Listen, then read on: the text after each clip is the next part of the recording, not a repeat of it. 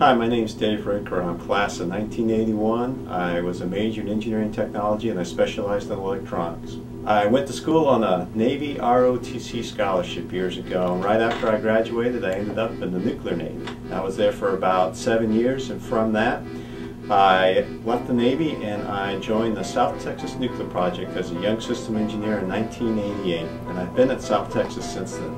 I've had varied positions there. I started off in system engineering, and that's a job where you go off and you try to figure out how to make things work the best. What's the best maintenance schedule?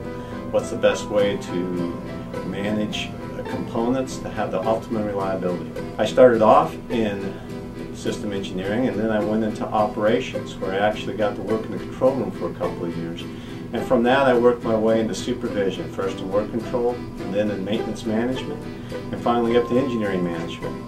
My last major management job is I was the ops manager there at South Texas for about 4 years, and from that I moved into the site engineering director, and now I'm currently the vice president of engineering and strategic projects. Right now I have roughly, I'd say, 200 folks working for me, and a pretty healthy budget. Over the next 6 years, capital budget I'm responsible for right around $500 million or $600 million. So it's a good job. It's a good job, and it's my education set me up for it. Let's talk about that a second. What is the value of the education? Now specifically, my success is a lot based upon the fact that I was an engineering technology graduate. The idea that I didn't learn just the hardcore theory about how things work, but more the practical aspects of it was a direct component in helping me go off and do the very jobs that I've had.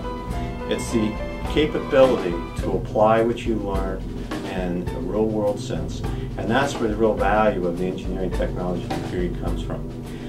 I can wholeheartedly recommend this type of degree for people out there.